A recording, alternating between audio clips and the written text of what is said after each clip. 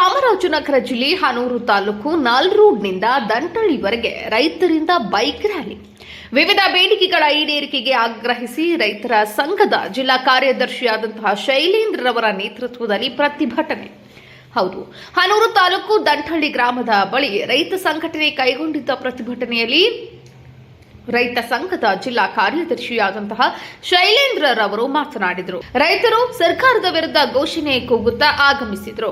ಬಳಿಕ ಅಲ್ಲಿಂದ ಸಮೀಪದ ಕಾವೇರಿ ನದಿಗೆ ತೆರಳಲು ಮುಂದಾದರು. ಈ ವೇಳೆ ಇವರನ್ನ ಪೊಲೀಸರು ಹಾಗೂ ಅಧಿಕಾರಿಗಳು ತಡೆದರು. ಮಾರ್ಟಳ್ಳಿ ಗ್ರಾಮ ಪಂಚಾಯಿತಿ ವ್ಯಾಪ್ತಿಯ ಹಾಲೇರಿ ಹಾಗೂ ಕಿರೇಪಾತಿ ಕೆರೆಯನ್ನು ಅಭಿವೃದ್ಧಿಪಡಿಸಬೇಕು, ಕಾವೇರಿ ನೀರು ತುಂಬಿಸಬೇಕು ಹಾಗೂ ಹುಲಿ ಸಂರಕ್ಷಿತ ಯೋಜನೆಯನ್ನ ಕೈಬಿಡಬೇಕೆಂದು ತಿಳಿಸಿದರು.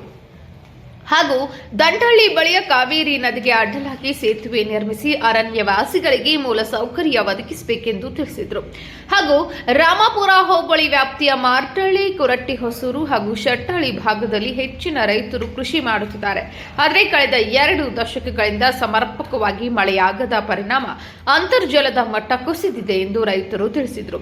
ಈ ವೇಳೆ ಹನೂರು ತಾಲೂಕು ತಹಸೀಲ್ದಾರ್ ಆದಂತಹ ಕೆಎನ್ ಚೈತ್ರ ಅವರು ಮಾತನಾಡಿ, ಬೇಡಿಕೆ ಈಡೇರಿಕೆ ಸಂಬಂಧಪಟ್ಟ ಜಿಲ್ಲಾಧಿಕಾರಿಯವರ ಜೊತೆ ಮಾತನಾಡಿ ಜಿಲ್ಲಾಧಿಕಾರಿಯವರ ಮೂಲಕ ಸರ್ಕಾರಕ್ಕೆ ಮನವಿ ಕಳುಹಿಸಲಾಗುವುದು ಎಂದು ಭರವಸೆ ನೀಡಿದರು. News report Mahatesh M, Hanur.